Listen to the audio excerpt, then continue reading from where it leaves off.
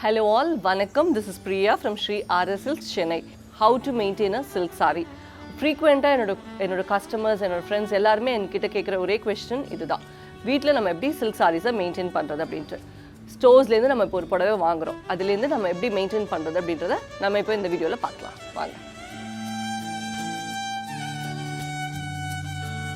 First வந்து என்னோட கடையிலேருந்தோ இல்லை நம்ம வெளியில் எந்த கடையிலேருந்து சாரி பர்ச்சேஸ் பண்ணிட்டு போகிறோம் அப்படின்னா சாரி வாங்கி ஒரு 10 days கழிச்சு தான் யூஸ் பண்ண போகிறோன்னா அது வரைக்கும் பாக்ஸில் சாரி வைக்கக்கூடாது. ஃபர்ஸ்ட் பாயிண்ட், பாக்ஸ்லேருந்து கவர்லேருந்து சாரியை வந்து நம்ம ரிமூவ் பண்ணி வெளியில் வச்சிடணும். வெளியில் வச்சா டஸ்ட் ஆகிடும் அப்படின்னு யோசிச்சிங்கன்னா ஒரு ஒயிட் கலர் மஸ்லின் கிளாத் இல்லைனா வீட்டில் இருக்கிற ஒரு வேஷ்டியோ இல்லை ஒரு ஒயிட் கலர் துப்பட்டாலோ நம்ம வந்து சாரியை வந்து ரேப் பண்ணி வச்சுக்கலாம்.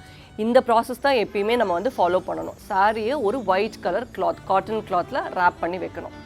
செகண்ட், நம்ம வெளியில் போயிட்டு வரோம், அந்த சாரி ஃபர்ஸ்ட் டைம் கட்டிட்டு வெளியில் போயிட்டு வந்ததுமே என்ன பண்ணணும்னா சாரியை நம்ம ரிமூவ் பண்ணிவிட்டு ஒரு நிழல் ஷேடட் ஏரியாவில் நம்ம வந்து இந்த கிளாத்தை வந்து உணர்த்தி வைக்கணும். சாரியை வந்து சும்மா ஒரு ஃபேனுக்கு கூட நம்ம போட்டு வைக்கலாம். ஸோ தட் அந்த சாரியில் இருக்க அந்த ஸ்மெல் அப்புறம் இந்த டர்ட் ஏதாவது இருந்ததுன்னா கூட அது வந்து உங்களுக்கு அந்த ஃபேன் காற்றுலேயே உங்களுக்கு போயிடும். இது வந்து first 2 main point. So point number 3, நம்ம வந்து சில்க் சாரீஸை ஒரு 2 or 3 times கட்டினதுக்கப்புறம் தான் யூஸ்வலாக வந்து வாஷ் பண்ணுவோம். ஸோ ஃபஸ்ட்டு வாஷ் வந்து உங்களுக்கு ட்ரை கிளீனிங் போகிறது தான் வந்து மச் பெட்டர். இல்லை நான் வீட்டில் தான் வாஷ் பண்ணுவேன் அப்படின்னிங்கன்னா சோப் நட்டு நம்ம பூந்தி கொட்டைன்னு சொல்லுவோம்ல, அதை வந்து நைட்டே சோக் பண்ணி அந்த வாட்டரை வச்சு வாஷ் பண்ணணும். It's a different process. அது வந்து டோட்டலி உங்களுக்கு வந்து வேறு மாதிரி இருக்கும். அது நான் வந்து ஒரு தனி வீடியோவாகவே நான் உங்களுக்கு பண்ணி காட்டுறேன். அது இல்லை அப்படின்னா மைல்டு ஷாம்பு வச்சு கோல்டு வாட்டரில் தான் வாஷ் பண்ணணும். ஸோ எப்பயுமே உங்களுக்கு சில்க் சாரியை வந்து சோப்பு ஹார்ட் சோப் டிட்டர்ஜென்ட்ஸ் வந்து நம்ம யூஸ் பண்ணக்கூடாது. மைல்டு ஷாம்பு ஒரு மைல்டு லிக்விட் டிட்டர்ஜென்ட்ஸை யூஸ் பண்ணலாம். அதுவுமே நீங்கள் வாஷ் பண்ணதுக்கப்புறமா அந்த பார்டர் ஜரியெல்லாம் இருக்குல்ல அந்த இடத்துல வந்து நம்ம ரிங் பண்ணக்கூடாது. அதாவது நம்ம இப்படி பிழிவோம்ல, ஸோ அந்த மாதிரி ஒரு விஷயத்தை வந்து நம்ம சில்க் சாரியில் பண்ணவே கூடாது. ஏன்னா பார்டரில் வந்து ஒரு மாதிரி ஷ்ரிங்க் ஆகிடும். ஸோ அது மாதிரி எதுவுமே பண்ணக்கூடாது. அதுக்கப்புறம் வந்து ஹாட் சன் நல்ல வெயிலில் வந்துட்டு நீங்கள் உணர்த்தக்கூடாது. ட்ரை ஷேடடான ஒரு ஏரியாவில் தான் நீங்கள் சாரி உணர்த்தணும். உங்களுக்கு பார்டர் தனியாக பல்லு தனியாக இதெல்லாம் கட்டிட்டு அதுக்கப்புறம் ஒரு பார்ட்டாக தான் நம்ம வந்து வாஷ் பண்ணணும். ஸோ இவ்வளோ விஷயங்களை நம்மளால் இப்போ இந்த ஒரு மாதிரி நம்ம ஒரு ஃபாஸ்ட் வேர்ல்டில் இதெல்லாம் பண்ணுவோமா அப்படின்னா it's very big question mark. அதனால தான் நம்ம வந்து first wash always better for a dry cleaning அப்படின்னு சொல்கிறது. இல்லை இதெல்லாம் பரவாயில்ல நான் பண்ணுவேன்னா டெஃபினெட்லாக நம்ம வந்து சூப்பராக வீட்டிலே மெயின்டைன் பண்ணலாம். இது ஒரு ப்ராசஸ். இது வந்து வாஷிங். இதுக்கப்புறமா நம்ம வந்து சாரீஸை கொஞ்ச நாள் நான் யூஸ் பண்ண மாட்டேன். இப்போல்லாம் பார்த்தீங்கன்னா கல்யாணம் முடிச்சுட்டு மோஸ்ட்லி அப்ராட் போய்ட்றாங்க. இல்லைன்னா அந்த ஃபஸ்ட்டு வெட்டிங் சாரி அதுக்கப்புறம் எப்போ கட்டுவோன்னே தெரியாமல் அப்படியே லாஃப்ட்டில் போட்டு போய்ட்றாங்க. லாஃப்ட்டில் போடும்போது ஸ்மெல் வரக்கூடாது, பூச்சி வரக்கூடாதுன்னு சொல்லிட்டு நம்ம naphthalene பால்ஸ் இல்லைன்னா சென்டட் பவுச்சஸ் யூஸ் பண்ணுறோம். இது ஒரு பெரிய தவறான ஒரு விஷயம். அதை வந்து நம்ம யூஸ் பண்ணவே கூடாது. Don't use a naphthalene ball or a perfumed pouches வந்து வி ஷுடன் யூஸ் இட். இது ஏன்னா நீங்கள் எங்கே போட்டீங்கனாலும் அது வந்து சாரியோட கலரை டோட்டலாக எடுத்துரும். அந்த இடமே உங்களுக்கு வந்து ஒரு மாதிரி ப்ளீச் அவுட் ஆகிடும். ஒயிட் கலரில் பேச்சஸாக இருக்கும். So please avoid naphthalene balls and perfumed patches. இது ரெண்டுமே அவாய்ட் பண்ணிடணும்.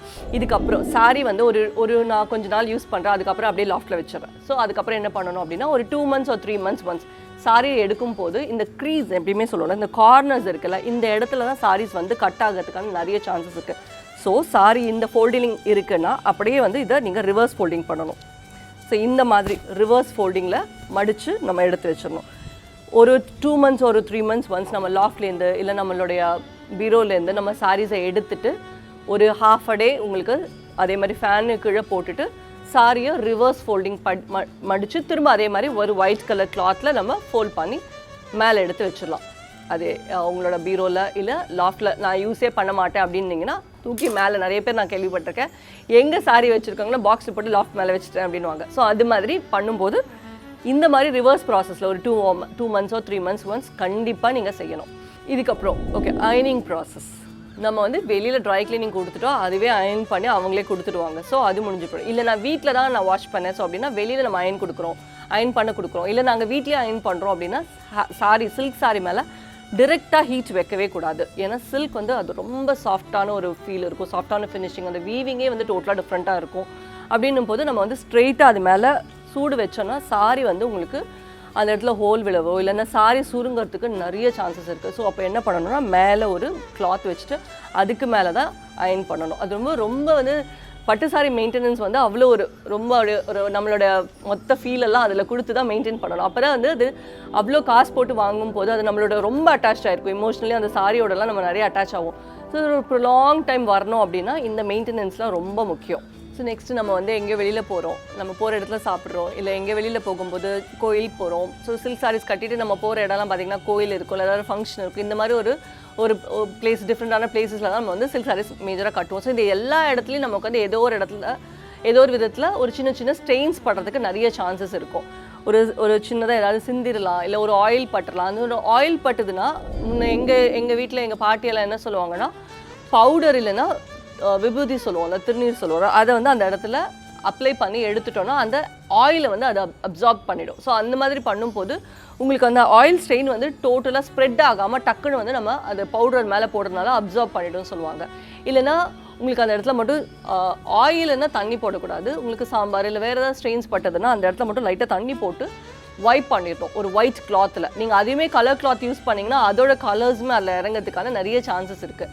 ஸோ இதெல்லாம் வந்துட்டு எங்கள் பாட்டி எங்கள் அம்மாலாம் எங்களுக்கு சொல்லி கொடுத்துருக்காங்க. அண்ட் சின்ன விஷயங்கள் நானுமே வீட்டில் வந்து ட்ரை பண்ணியிருக்கேன். இந்த மாதிரி ஆயில் சிந்தும்போது அந்த இடத்துல பவுடர் போட்டு இது பண்ணும்போது அந்த இடத்துல ஸ்ட்ரெயின் வந்து ஸ்ப்ரெட் ஆகாமல் இருக்கும். அதுக்கப்புறம் வந்து நம்ம ட்ரை கிளீனிங் பண்ணிடலாம், இல்லைனா வாஷ் பண்ணிடலாம்.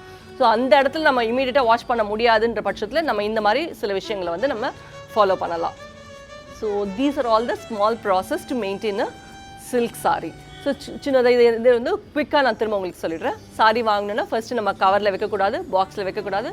naphthalene பால்ஸு, சென்டட் பவுச்சஸ் இது எதுவுமே வந்து யூஸ் பண்ணக்கூடாது. டிரெக்ட் சன்லைட்டில் நம்ம சாரீஸை காய வைக்கக்கூடாது. நம்ம சாரீஸை உங்களுக்கு வந்து ஃபேனு கீழே வைக்கணும். ஒயிட் மஸ்லின் கிளாத்தில் ரேப் பண்ணி வைக்கணும். First wash better for dry cleaning. நீங்கள் வீட்டில் வாஷ் பண்ணிங்கன்னா பார்டர் பல்லுவெல்லாம் தனியாக நம்ம டை பண்ணி வாஷ் பண்ணணும்.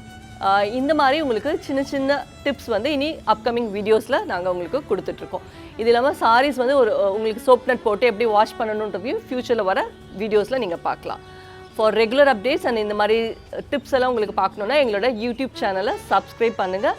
இன்ஸ்டா அண்ட் ஃபேஸ்புக்கை ஃபாலோ பண்ணுங்கள். தேங்க்யூ.